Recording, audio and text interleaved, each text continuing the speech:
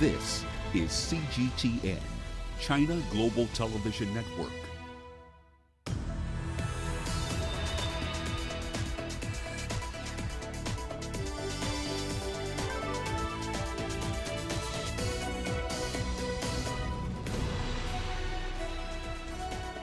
Hello there and welcome to Global Business Africa. We'll be giving you insight into Africa's business and financial markets.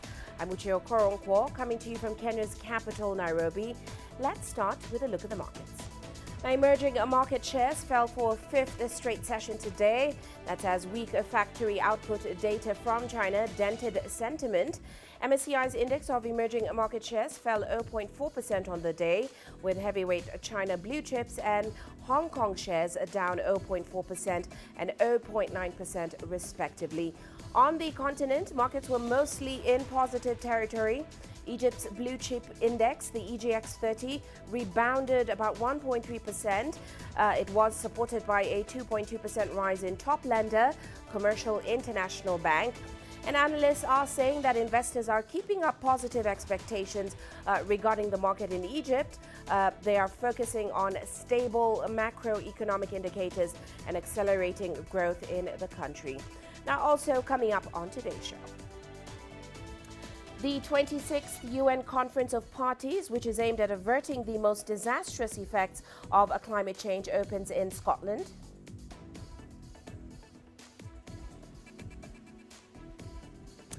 Nigeria races to make the most of its oil as the world transitions from fossil fuels. And South Africa's fashion industry in huge sigh of relief as easing restrictions make way for catwalks. Well, let's start off today's show with the ongoing COP26 summit in Glasgow. Of course, the 26th UN Conference of Parties aimed at averting the most disastrous effects of climate change has opened in Scotland. Italy says that it will triple its commitment to climate finance for poor countries to about $1.4 billion a year over the next 5 years. Prime Minister Mario Draghi made the announcement at the end of the G20 summit ongoing in Rome. Now, the money is Italy's contribution to the $100 billion annually that rich nations collectively have promised, but not yet delivered on, to help vulnerable developing nations transition to low carbon energy sources and, of course, adapt to the effects of climate change. Now, the G20 reaffirmed their past commitments to mobilize that funding which is needed, and they also committed to scaling up financing for helping them to adapt. Well, let's now get more on, let's take apart actually the day of negotiations that happened in Glasgow. We're joined by Zainab Usman. She's the director of the Africa program at the Carnegie Endowment for International Peace in Washington. Great to have you with us on the show today, Zainab. Now, of course, recently the United Nations did reveal that the world is currently on a pathway to 2.7 degrees of warming, which will be or will rather have catastrophic consequences globally. We also saw little progress at the G20 in terms of clear commitments to key issues. So, Zainab, how is all this setting the tone for those negotiations at the COP26? Yes, absolutely. So we have seen that the G20 summit, which held a couple of days ago, the leading nations there did not really come out with the firm commitments that were expected on certain key areas. Number one, around complete end to coal financing coal projects. So they committed to in financing of overseas coal projects, but not domestic coal projects. Same thing goes with commitments to completely reduce methane emissions by 2030. There was a vague language on that. And then finally on ending fossil fuel subsidies, as well as clear, firm commitments and statements around mobilizing financing around climate change. So that left a lot of observers underwhelmed because of that. Now, the issue then is that it has kind of set a tone that is quite in a sense, fraught with tensions with other countries, particularly developing countries, because we have to remember that this is within a context in which wealthy nations have fallen far short of the climate financing pledges that they made from the year 2009. So this has really set a tone for a lot of distrust and significant tensions, I would say. Quite right. And let's talk a bit about that mobilizing of financing, because we know for Africa, that is a pretty key issue, climate finance. Like you mentioned, rich countries, they've still not met that annual target of $100 billion. So what are your thoughts then on how this impacts the assurances that we will see real world action on some of these crucial issues for Africa? Yes, so as you know, Africa has a lot of need when it comes to climate financing. And this is because the continent is heavily impacted by climate change impacts, whether we're talking about extreme weather events like floods, like droughts, like storms and cyclones. We've seen that happen in Southern Africa. We've seen that happen in West Africa and the Sahel. So the African continent is extremely vulnerable. In fact, according to a report released just a couple of days ago by the World Meteorological Organization, the African continent in the year 2020 alone lost about $38 billion worth of or experienced about $38 billion worth of damages from climate change impact. So that's one reason why for the African continent it's really crucial. And the second reason is that the continent is also facing other crises in addition to climate change. So COVID-19 has hit the continent hard in the sense that many African countries have experienced socio-economic shocks from COVID-19. They're facing fiscal pressures. Some countries also, not all of them, are under debt distress. So that's also another reason. And then the final reason is that the continent actually needs financing to be able to transition away from fossil fuels, for example, to be able to have a sustainable energy transition that everybody's talking about. So for the African continent, it's really, really key. And for the most part, a lot of promises really have not been met, or a lot of promises and pledges made years ago have really not been met. So it's crucial for many African countries.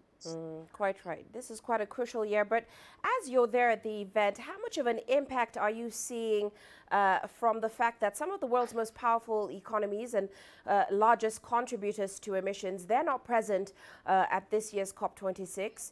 Do you think it will significantly hamper the progress that we will see at these events? So this is a very important question. At the same time, I'm not sure anyone can answer it right now because this is just the first day of COP, and I think we have another 12 days to go. So we'll see where things stand. For now, today, for the most part, we've had some of the high-level statements from the Leaders Summit, from the presidents and the heads of states and the heads of governments of various countries. Of course, there are a number of countries which are not there. I don't want to name names or mention specific countries. So it's still kind of early in the day, I would say. And then we also have to remember that a lot of the negotiations are quite technical, and they sometimes happen like at the ministerial level. So we just have to wait and see. But I would say that there are a lot of expectations around financing, around supporting developing countries, particularly those in Africa, to be able to make the energy transition, to be able to build climate resilient infrastructure. Well, we do have to leave it there, Zainab. Many thanks for those great insights. That, of course, was Zainab Usman, Director of the Africa Program at the Carnegie Endowment for International Peace in Washington, D.C.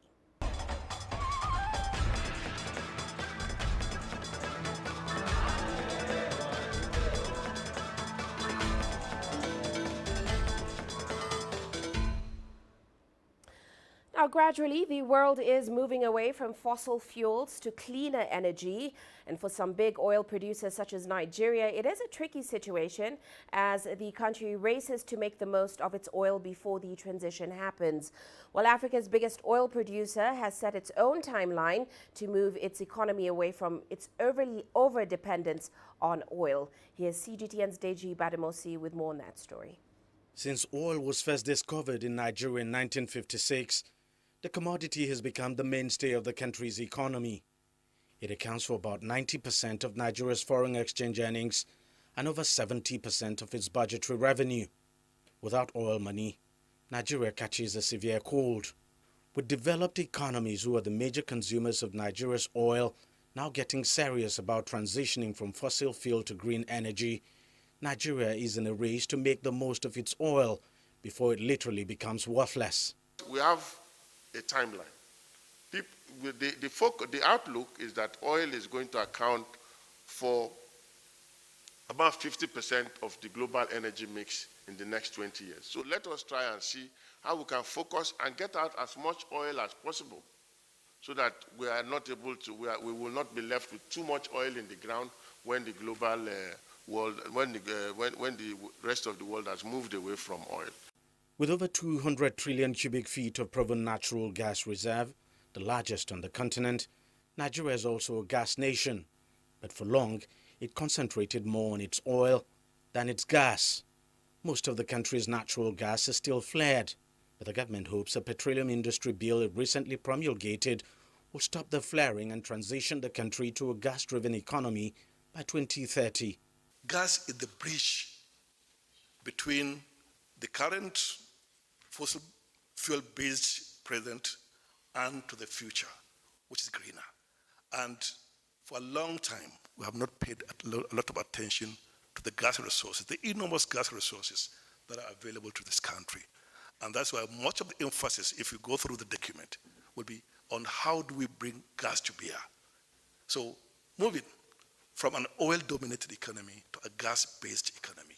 Domestically, the use of gas either for cooking or powering generating plants is growing.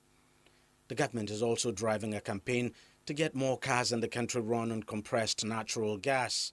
It targets to get around 1 million cars run on gas by the end of this year. Even though that target is unlikely to be met, the consciousness towards cleaner energy is growing. In terms of the local development for gas, developing the local market, government has 4 priority areas. The first one is gas to power, which takes close to 75% of the gas. There's gas-based industries. So those are industries that use gas as raw material, like methanol and fertilizer. There's gas as fuel, and then there's LPG. So while oil is irreversibly on its way out, Nigeria doesn't seem to be panicking. The government says the country's potential gas reserve could reach around 600 trillion cubic feet. It is counting so much on its new petroleum law to attract huge investments to its gas sector. If all works according to plan, it's only a matter of time before gas effectively takes over as the engine room of this economy of over 200 million people. Deji Bademosi, CGTN, Lagos, Nigeria. Now in South Africa, despite hefty investments into new power generation, state-owned utility Eskom is still unable to guarantee a steady electricity supply. Now South Africans have had to bear the brunt of power cuts, rising electricity prices and higher fuel costs. Many South Africans have now invested in renewable energy, but as Sumitra Naidu now reports, this is an expensive exercise that only a few can afford.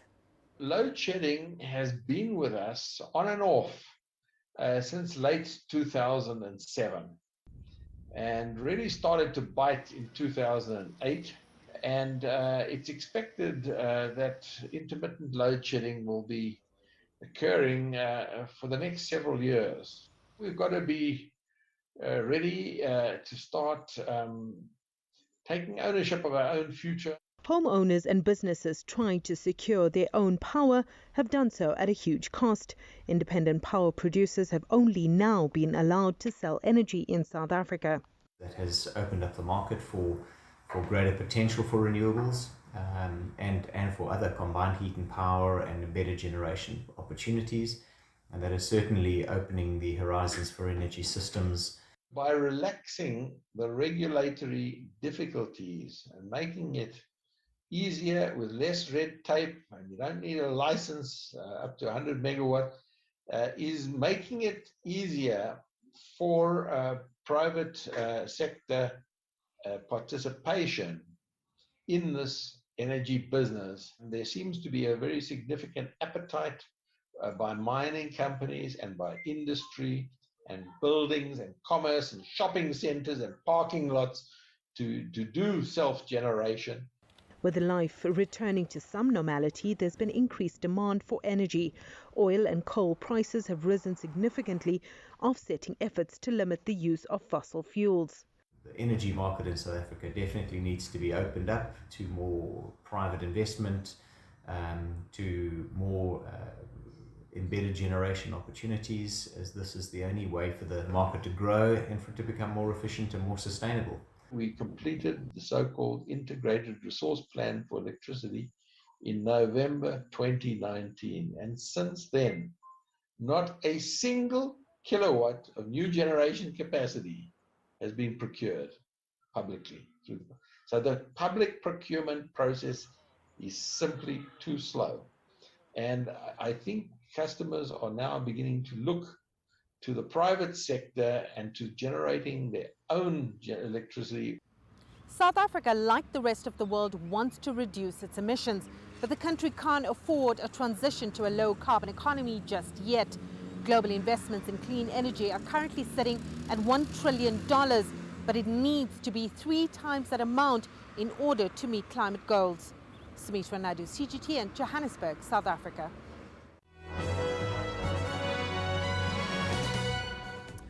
Well, let's now turn our attention to some corporate headlines today. The governments of Kenya and the Democratic Republic of Congo have partnered with Equity Bank Group to organize and facilitate a 15-day trade mission to DRC.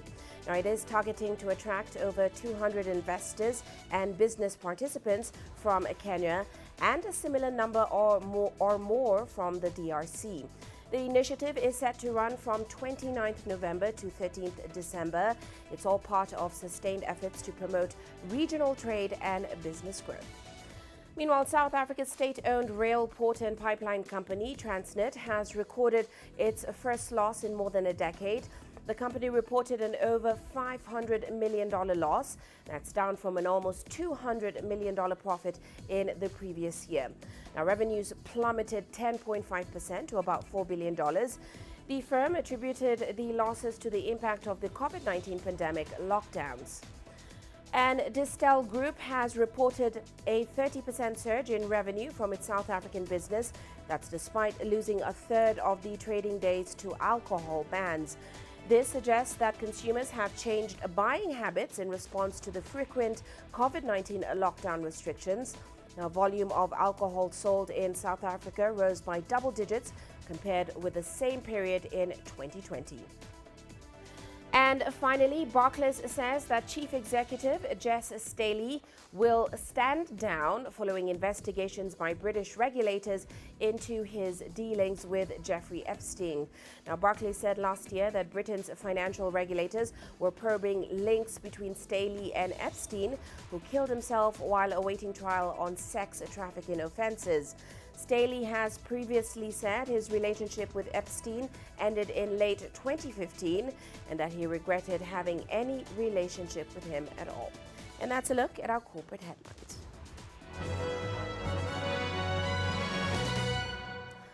Well, we are heading into a short break now, but still to come on the show.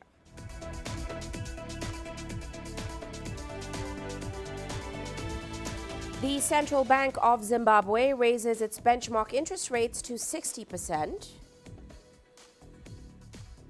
And consumers in Egypt feel the weight of rising food prices. The world economy as we know it is about to change. Global business reports highlight emerging markets, developing countries, and dynamic sectors worldwide. We feature top analysts and newsmakers to provide perspectives on every facet of business. From an on-the-ground perspective, we provide you with balanced and objective assessments. Fast, sharp, and insightful. Global Business. Only on CGTN. Africa is the nexus of enterprise, and Global Business will tell you why it matters. From the mega investment projects to multi-billion-dollar mergers and acquisitions. Africa today collects, just in terms of revenues from taxes alone, $545 billion a year. If you take 10% of that and you devote it to the energy sector, problem solved. All this on Global Business, weekdays at this time on CGTN.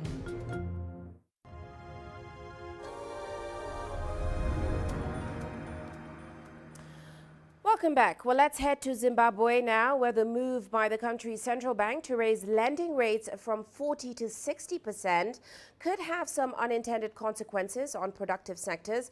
That's according to some market analysts.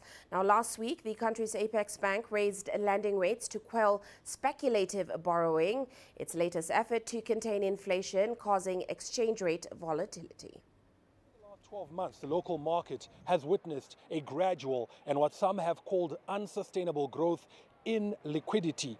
Monetary authorities believe that that is being driven by speculative borrowing and that it is exerting inflationary pressure and creating exchange rate volatility.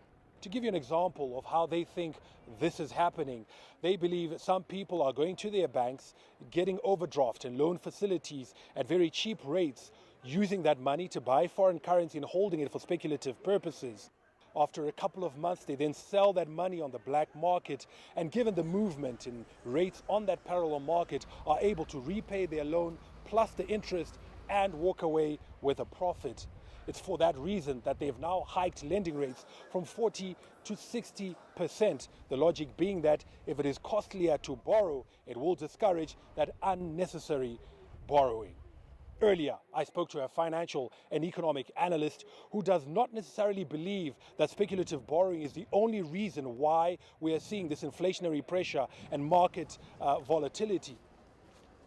They believe that there was too much money in the economy, but that money is not really coming from speculative borrowing. I think it's coming from misalignment in terms of government payments from government. We've got a very few companies that are in the infrastructure sector, and those companies, they woke up with about 33% of the national budget, which was going to be spent on infrastructure. So when they get paid, they need to find a safe home for that money, and I think that was the reason why we saw the depreciation of the local currency that has caused or resulted in the RBZ trying to make these moves. However, it also has unintended consequences because the productive sector, who are actually borrowing for production, they are also going to be paying these high interest rates. And remember that if you are going to pay above 70 to 100%, it means that also the cost of your products will also have to go up, and it might end up causing inflation as well. Now, apart from clamping down on the speculative borrowing, the central bank has also said that it hopes that this latest measure of hiking the rates will result in real positive interest rates to depositors, which will encourage savings, crucial for economic growth and investment in key projects such as infrastructure. Farai Mwakutuya, CGTN, Harare, Zimbabwe. Well, let's now turn our attention to how data and digital tech is helping to bridge the gaps in healthcare provision and accelerate progress in Africa's healthcare sector. Well, a company called Field Intelligence is helping African governments to supply pharmaceuticals and immunizations more efficiently and improve the availability of life-saving medicines. They're using technology that optimizes ordering and warehouse distribution, but also helping to create much more visibility and transparency across donor programs. Well, let's get into the technology with Justin Lorenzen. He's the Chief Technology Officer at Field Intelligence. Great to have you with us today on the show, Justin. And let's start off with the solution that Field Intelligence is offering here on the African continent in markets like Nigeria and, of course, Kenya. Now, your company basically takes over supply chains and inventory management processes.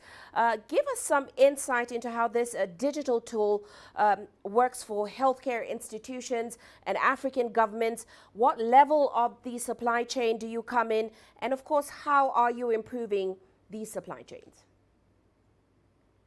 Yeah, thanks and good evening. It's funny you should ask that about the levels, actually, because over the years, we've actually found ourselves working at all levels of the supply chain. Our start was with community health workers and pharmacists who often struggle with the very information-heavy task of supply chain management, and are often armed with nothing more than a smartphone and an unreliable cell connection to do it. I have to manage hundreds or thousands of dollars of life-saving commodities. So we realized that tech had a role to play here.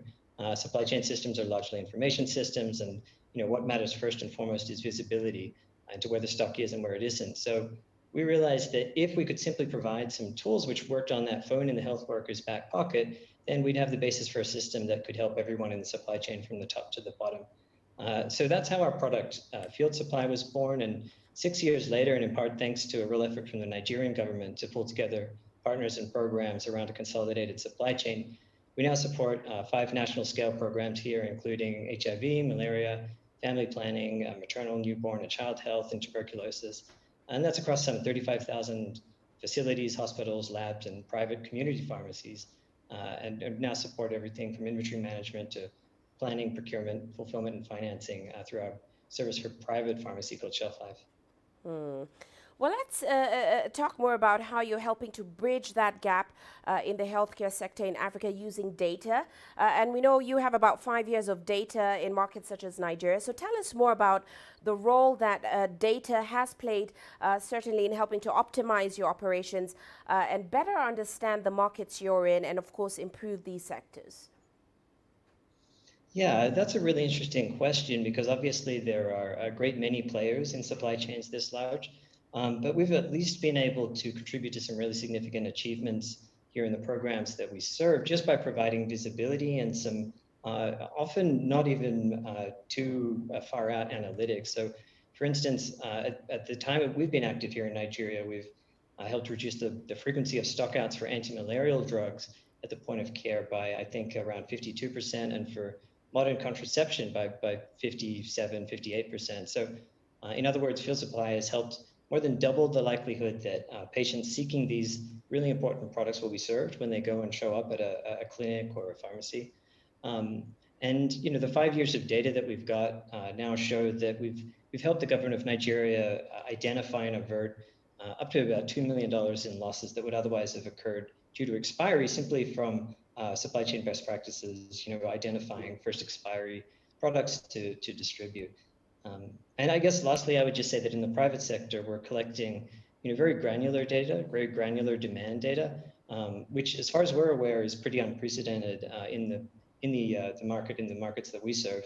And they're really helping us build some next gen products and helping partners and our other collaborators explore new financing models and supply models, dynamic pricing and planning and risk assessment kind of thing.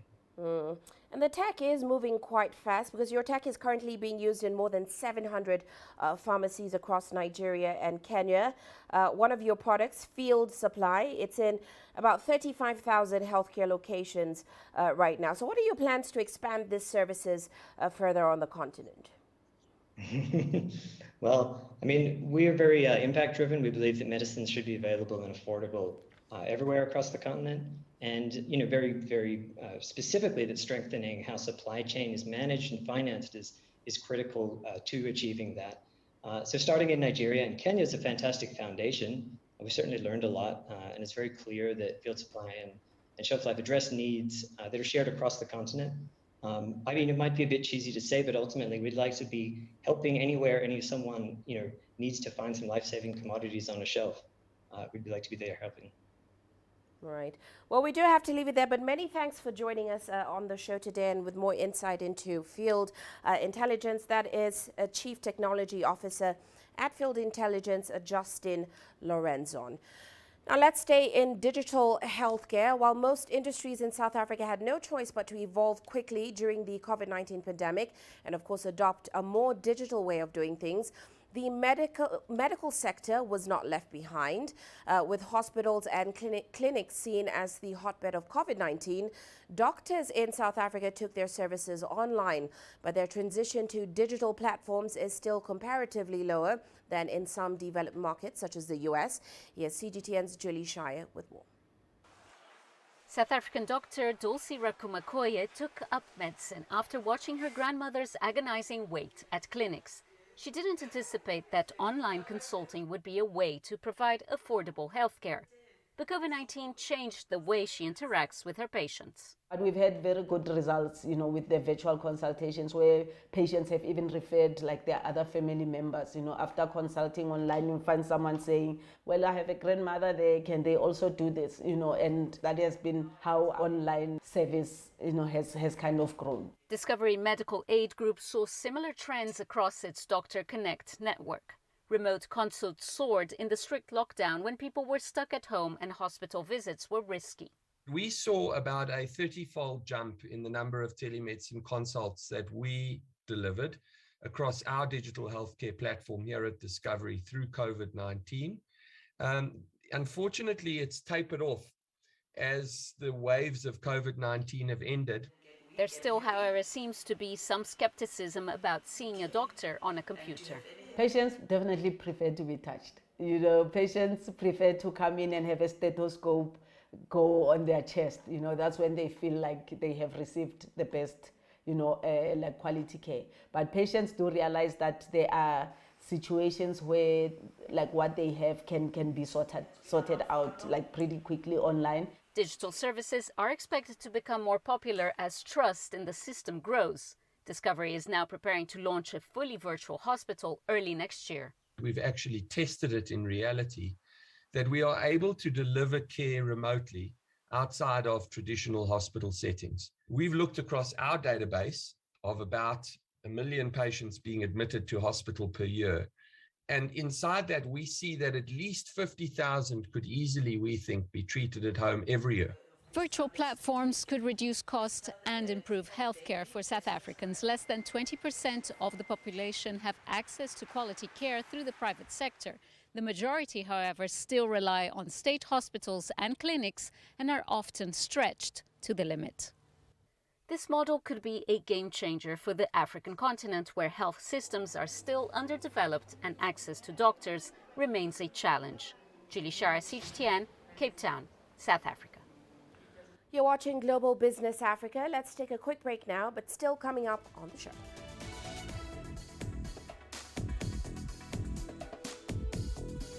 Australia is branded as the worst climate performer amongst developed nations. And the 4th World Laureates Forum kicks off in Shanghai's tech district. Change is on the horizon. Through the shifting of time, Africa's emerging tech landscape is creating new channels. There's a hunger for local African content globally. Shaped by innovation, carved out by a new generation of digital entrepreneurs, sculpted by a mobile revolution, and trickling down to the most remote corners of the continent. TechSpot is seeking out the new concepts in technology, disrupting Africa's traditional sectors.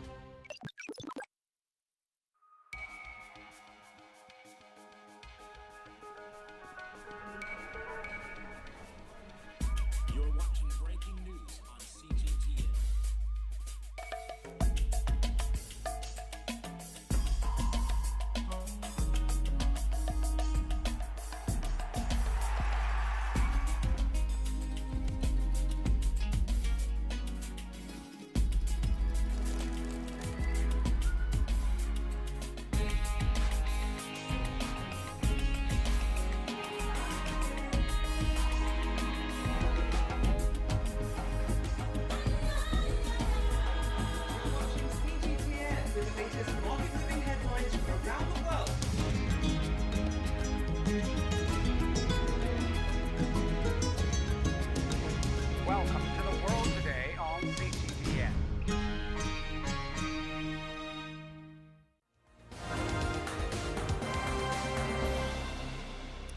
now look at other headlines at this hour. A tribal group has announced that it will lift a 6-week blockade on Sudan's main seaport. Now, this comes a week after the Sudanese military power grab. Barricades were lifted on Monday at the port and on the main road to Khartoum. Beja tribal group members shut down the Red Sea port in September. They called for a range of demands, including the replacement of the civilian-led government. Meanwhile, Ethiopia's government has accused Tigrayan rebels of killing 100 youths in the town of Kombolcha. The TPLF rebel group announced on Sunday it had seized the town and its airport 130 kilometers south of the Tigray region and about 380 kilometers from the capital, Addis Ababa. Now, Ethiopian Prime Minister Abiy Ahmed called on all citizens to mobilize. The government did not say whether those allegedly killed by the rebels were combatants or civilians. And in South Africa, voters were up early on Monday voting for their local representatives. They will be electing councillors for 257 municipalities from among 60,000 candidates and at least 300 political parties. And Egypt has warned about the consequences of delaying the Libyan election. The concerns were raised in a meeting between the Egyptian Foreign Minister Sameh Shoukry and the UN Secretary General's Special Envoy to Libya, Jan Kubis. The duo met in Cairo ahead of an ongoing 5+5 Joint Military Commission conference, which includes representatives from Sudan, Niger, and Chad. And that's a recap of other headlines this hour.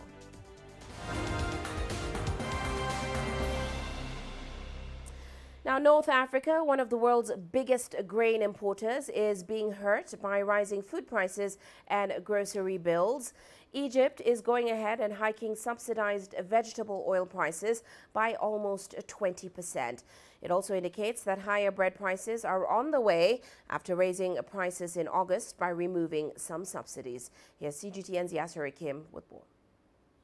Egypt has managed to weather off the economic storm of the coronavirus pandemic without price hikes or supply shortages. But the current global energy crisis seems a tougher nut to crack. The government in October had to raise fuel and electricity prices, and now prices of vegetable oil, followed by bread, two main items for the predominantly poor population, are going up. The price increase has naturally affected the low-income earners, but could cause a slowdown in the markets as well. Rida Salema, who owns a small kiosk selling food, sweets and drinks, is worried.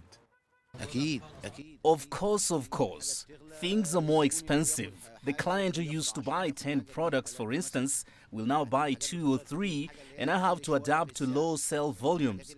A lot of products, when their prices go up, it affects the consumer and me too. According to the Ministry of Supply, 64 million people, about 2/3 of the population, receive subsidized food. Experts believe the government should speed up its plans to counter the volatility in international markets that affect this vast segment.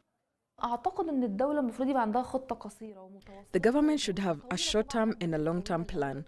The long-term plan concerns agricultural policies and more incentives for investors so that we can expand the cultivated land and achieve self-sufficiency. On the short term, there should be stringent monitoring mechanisms to prevent traders from raising prices to unreasonable levels. So state interference is very important to keep the markets balanced. Meanwhile, the state had already taken measures to shield citizens from further inflationary hikes. Two main steps were taken by Egypt. It had earlier raised prices of petroleum products, but without raising it on diesel, because it's a main component in the food industry's cost of production. And inflation, though higher, is still at the safe levels because of sound central bank policies that keep rates under control. The state also offered incentives for food producers, suppliers, and grocery stores to prevent an inflationary trend. Meanwhile, the government has also increased the budget for social welfare programs and financial assistance to the low-income segments to protect them from the current global economic setbacks. Yes, Hakim for CGTN, Cairo. Well, let's now get the latest on a developing story out of Nigeria, where a 20-story building has collapsed in Ikoyi, Lagos State, leaving many people trapped. The building that was under construction collapsed at Gerald Road in the highbrow area of Lagos at about 2 p.m. local time. Now, witnesses say that about 50 people are still trapped in the rubble. Well, CGTN's Deji Badmus is in Lagos and now joins us on phone with the latest. Deji, what is the situation so far on ground? Are there any casualties yet? Yes, Uche, exactly. Altogether, 7 persons have been brought out of the rubble, 4 of them dead and 3 alive. So rescue operation is still going on, but not full rescue operation anyway. What we have at the moment is that security agencies as well as emergency agencies now are cordoning off the place. They're trying to bring in heavy equipment, rescue equipment now into the site so that proper rescue operation can begin. But at the moment, things are a bit calm there. We still do not know how many persons are trapped. Some eyewitnesses put the number at about 50. Officials are not giving any number yet. So what I can tell you for now is brought out of that the rubble now. 7 altogether brought out of the rubble, 4 dead and 3 alive. Okay. Well, many thanks, Deji, for that update. We'll certainly keep an eye on that story and we'll give you more details in our subsequent bulletins. Well, let's get you some international news now. Australia's Prime Minister says his country is already delivering when it comes to reaching emission targets. But a new report disagrees. It says Australia is the worst climate performer amongst the world's developed nations. Here's CGTN's Greg Navarro reporting from Sydney. Australian Prime Minister Scott Morrison's announcement of his government's new climate targets included a pamphlet and his endorsement. Our plan for net zero by 2050 is the plan that I believe Australians want because it gets it right. In accordance with standing order. The plan is the result of a last-minute deal reached between parties in Morrison's coalition government just days before the start of the climate summit in Glasgow. It's largely based on current and yet-to-be-built technologies. Now, these technologies can work in particular situations. But by and large, for the kinds of energy production that we require for large cities, for the kind of energy we have we need now, it's not going to work. And a growing chorus of domestic and international critics contend the plan lacks details and any new policies. As Australians and our government are already taking action on climate change, and we're already delivering. A report released just days earlier by the Climate Council of Australia argues otherwise. Australia's been trailing the rest of the world for a long time now, and we are the worst performer among developed countries. This is looking both at our track record in reducing emissions, also our commitments going forwards. Scientists will tell you that Australia not only has a global responsibility to reduce its greenhouse gas emissions, it's also a big part of the problem, especially when you consider that its domestic emissions combined with the emissions from the fossil fuels it exports puts it near the top of the list of the world's biggest carbon polluters. The government's net zero plan does not include a more ambitious 2030 target, which many of Australia's allies have pledged to achieve. Scientists say Australia is experiencing more climate-fueled weather extremes than most developed nations, including the 2019-2020 deadly black summer bushfires, droughts, and heat waves. Extreme heat in Australia kills more people than any other natural disaster put together. So these impacts are very real and they're very immediate. Macquarie University Associate Professor Paul Beggs is the lead author of a report that looks at Australia's exposure to climate change from a human health perspective. So it's not only the extreme climate events like tropical cyclones, heat waves and so on, but there are many indirect impacts of climate change on human health, so impacts of poor air pollution, vector-borne diseases, things like dengue and Ross River virus here in Australia. Beggs says those impacts to human health are very real and will only get worse without strong action in the next decade. Greg Navarro, CGTN, Sydney. Meanwhile, new legislation takes effect in China this November 1st. It is aimed at safeguarding personal data. The Personal Information Protection Law, which was passed in August, bans what it calls the excessive collection and use of data from sources such as biometric technology, which includes a fingerprint and facial recognition. Here's Sun Ye telling us more. This Monday, China's sweeping personal information protection law goes into effect. It clearly lays down what sensitive personal data include, from biometrics, religious beliefs, medical history, financial accounts, to motion trackings, and decrees that such information must be handled carefully. The law says any collection of such data must have permission from the owners. It says using such information should have the least impact on a person's rights, and it must be used in the shortest range of time that is necessary. Violations could lead to service suspension and heavy fines.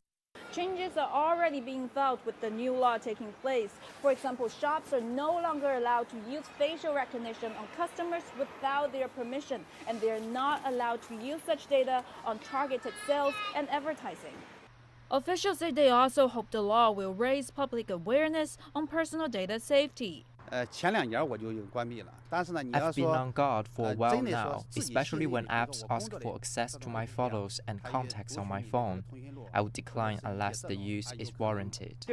I strike out my name, phone number, and addresses from delivery packages and other documents when throwing them away. One must be careful. While being a legal scholar who has advocated for stronger data protection measures, says the new law will face new challenges. Since this summer, I've seen more people pay attention to risks surrounding personal data usage. But as technology gets constantly upgraded, so will the challenges in data protection, and these problems may be unprecedented. Guo says the data handlers are now much more wary of violations for fear of strict supervision and severe penalties. Sun Ye, CGTN, Beijing.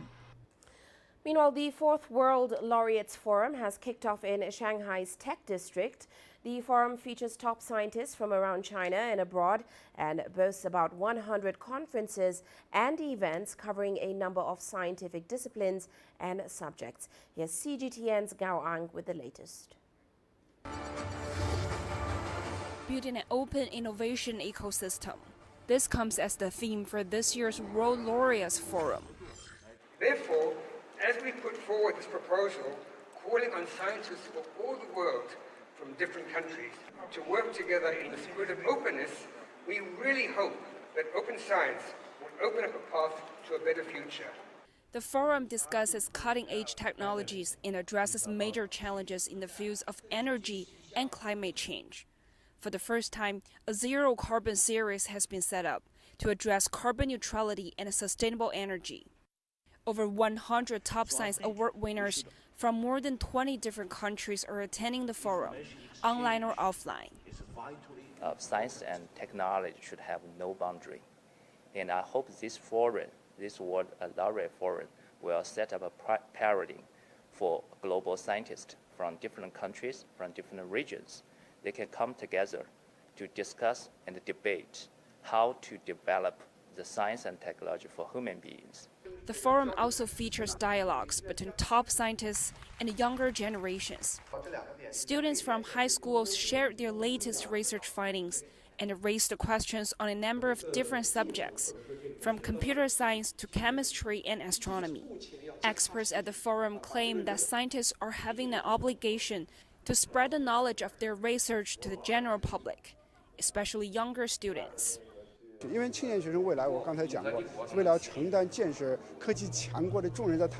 As young students will bear the responsibility of building China's strength in science and technology in the future, they should deepen their knowledge and keep an interest in science.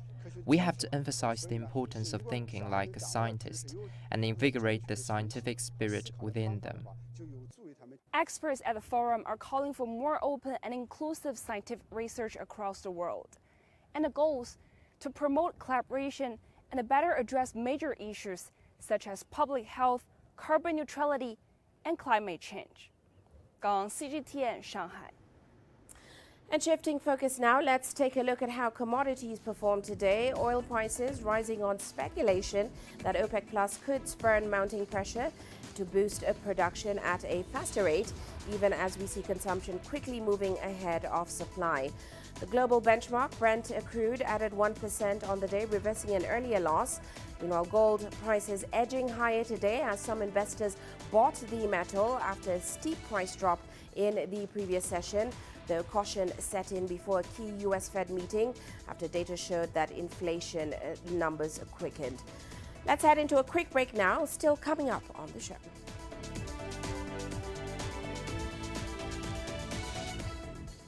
Things are looking up for South Africa's fashion industry as coronavirus restrictions are lifted. You don't find the stories of North Africa by sitting on the sidelines.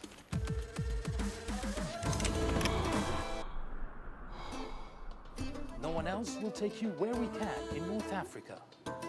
And no one else will show you what it's all about. CGTN, see the difference.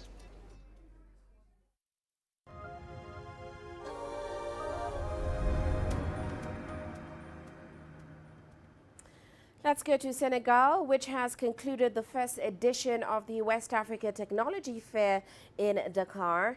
This year's theme was supporting the dynamic of agricultural transformation. The event offered farmers an opportunity to familiarize themselves with new agricultural technologies. Amongst the equipment exhibited at the fair were mini rice harvesters, grain mills, stock crushers, and fish and farming tanks. Now, the Food and Agriculture Organization said that Africa must abandon rudimentary tools in favor of modern technologies that are much more efficient. Modèle-là, c'est le modèle mini, comme je vous dis. Alors, we have made a model of a mini rice harvester. This model is suitable for regions where the soil is quite wet during the rainy season. The machines should therefore not be too heavy, but rather light enough. Yields are not very high in this area, and farmers are threshing pineapples.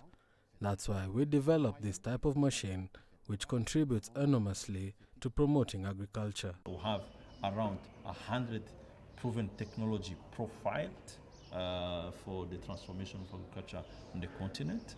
We put all this package of technology for easy access to the users, that is farmers and private sector. With the purpose of that is to address the issue of raw productivity by facilitating access to proven technology to these farmers through a partnership with private sector, National Research Institute and the government. And still in Senegal, the country is one of the leading plastic polluters in Africa. Although Senegal banned the use of plastic bags in 2015, the law has never taken effect and the country continues to generate millions of tons of plastic every year. Now, in a bid to address this issue, a local organization has now launched an initiative to reward restaurants that eliminate their plastic waste. Senegalese restaurants committed to eliminating plastic pollution are joining a campaign that requires their establishments to cut back on the use of plastic. The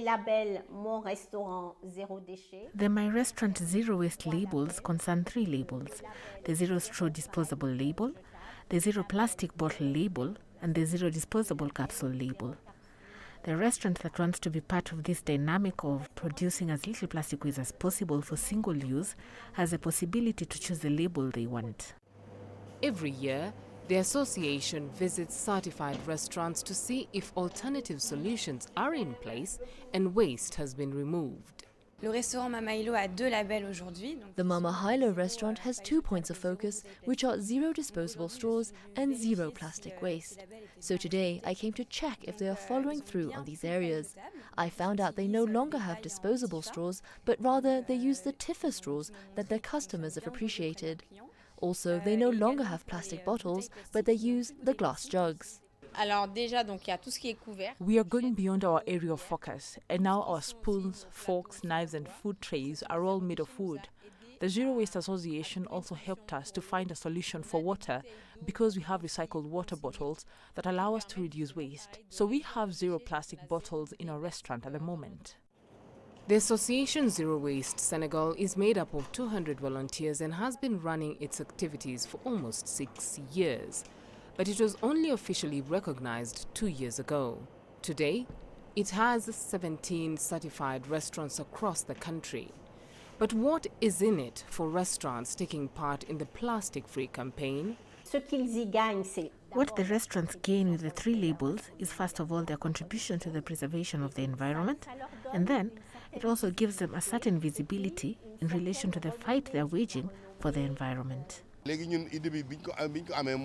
We have noticed that since we stopped using plastic in our restaurant, our clientele has increased. People have realized that plastic is harmful to their health. Many people come to support us and know that we are very concerned about their well-being. I have been around for 40 years and people come to support me because they know that I am fighting a noble battle. 10 restaurants that obtain the label Zero Plastic Bottles means the elimination of 50,000 plastic bottles from the waste cycle every year. The Zero Waste Association has created a website in which it grades each restaurant in regards to waste disposal. Beryl Oro, CGTN. Now, it has been close to 2 years now since new African fashions graced the catwalk in South Africa. In fact, fashion houses were forced to adapt and go digital during the COVID-19 pandemic. According to Stats South Africa, retail trade sales in the clothing industry slumped by a record 7.4% in 2020, and designers took a massive knock. Now, with the country on the lowest lockdown level, things are starting to look up for the sector. Here's CGTN's Julie Shire reporting. It's been a long and painful wait for South Africa's fashion scene, but it shrugged off the long and bleak lockdown as Africa Fashion International's Joburg Week returned to the catwalk. I'm excited because this is my debut, and also I'm actually getting to do something exciting like this after lockdown, quarantine, and so I'm happy. I'm really excited. I'm very nervous because there's going to be a lot of people that I have to walk in front of, but I'll be fine because I've been doing ballet my whole life, so I shouldn't be scared of an audience. South African fashion house Luffy D debuted a vibrant and fresh line capturing the Be Truly African theme. Most of the designs are actually, I think they even represent what we're going through, So all of this work that I've just done with my 2 designers, these are the works of people that I've groomed, direct from, from college, and they're coming in and they want to showcase what Africa is all about. A move away from traditional models delighted the crowd. Well, I think Luffy's actually managed to capture the market for the big girl. Because you could see it was big girls and even the small ones. You saw the beautiful models. But I think, she knows her model's body. And I'm just so grateful because, sometimes designers don't get the right size for us big girls. Clothing sales last year showed the worst decline on record as consumers cut back on spending. It was heartbreaking. A lot of the designers had to shut down their stores, lay off seamstresses. It was really tough for most people in the industry. And as AFI, we partnered with the foundation, the Motsepe Foundation, and we helped some of the designers in producing PPEs, masks, to try and keep their businesses going. It was so bad for my business. I called my mom, I called my family. I was like, guys, I'm going back home. It's not happening for me. And then in God's grace, we're still here. I'm still here surviving, and we're still moving. And right now, the business is starting to pick up. With infections slowing down and the country on the lowest level of lockdown, designers are optimistic South Africans will go shopping and help them claw back lost time. Julie Shara, CGTN, Cape Town, South Africa. And before we leave you today, a quick look at Africa's currencies. South Africa's rand falling 0.8% in thin holiday trading as of course its citizens started voting in municipal elections, with the ruling ANC party facing discontent over poor services and stark inequalities. We saw the rand breach that 15 rand per dollar level for the first time in 2 weeks last week, as weaker metal prices put some pressure on commodity currencies. Well, that's it for this edition of Global Business Africa. Remember, you can send your feedback to the contacts on your screen. You can also follow us on our various digital media platforms. From me, Uche Okoronkwo, and the rest of the team, thanks for